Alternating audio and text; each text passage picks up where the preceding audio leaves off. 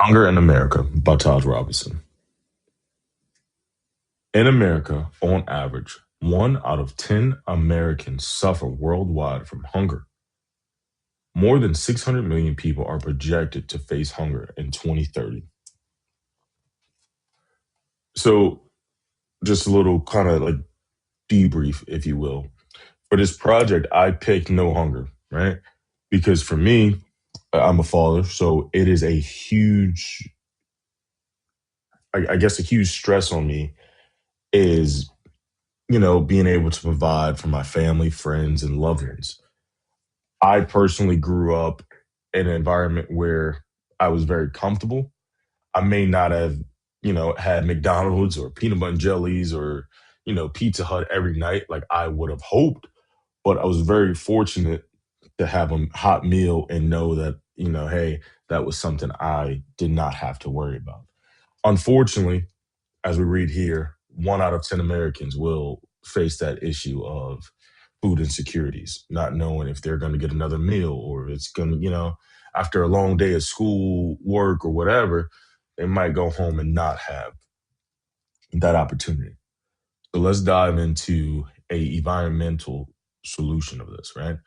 So roughly 8% of landfill waste is wasted food. And out of that food, it is wasted due to the appearance not being up to the standard of commercial sales. So what that means is it might not be the right color red of tomato, or it might not be a 100% round watermelon, things of that nature, right? So not being, that's what I mean by not being up to standard for commercial sale, right? So my way to combat this, right, and just a normal solution after reading the resources, right? We have a lot of programs, but I didn't. This is one that stuck out to me, and I kind of want to throw it up there, right? So my solution is that we create stores that can sell, right, these items at a discounted rate, and it will lower our number tremendously, right? Doing research and kind of being an accountant and doing a little bit of math, right? My math might be off a little bit, so let's bear with me, right? But we can lower that number, right? From 1 out of 10 Americans have food insecurities, and if we create stores that sell things at a discounted rate, just so we have something, we can lower it from 1 to 10 to 1 out of 3 people worldwide, which is huge because one, we get to eliminate 8% of landfill waste, right? So we can kind of work on that environmental footprint here, right? And with that being said, we can kind of wipe off some of the issues and feed more people. All right. Which leads me into partnership, right? So the fight to lower hunger in America is a tough fight, but we can combat this by partnering with programs that work with farmers to have somewhere for their food that is discolored or oddly shaped or not up to again that commercial standard.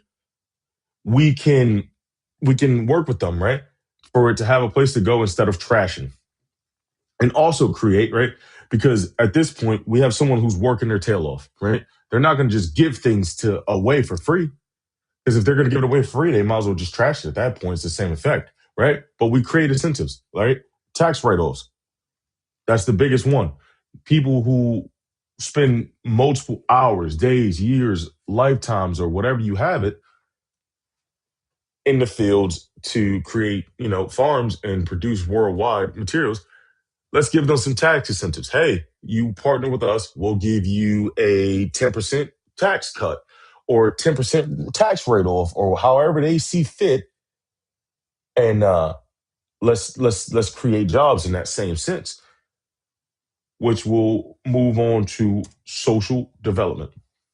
Eliminating hunger in America can be beneficial for Americans by stabilizing child development and reducing stress, which can be key factors in depression and anxiety. So, eliminating hunger seems like a small scale of things, right? But when we look at it from, again, I'm a parent, so let's look at it as a child development issues. Children should not have to worry about their next meal. Doesn't matter race, color, political views, whatever you have it. I personally feel Like children should not have to stress like, hey, I don't know if I'm going to a hot meal after I leave school at 2, 3, 4, 5 o'clock, whatever area you live in is different.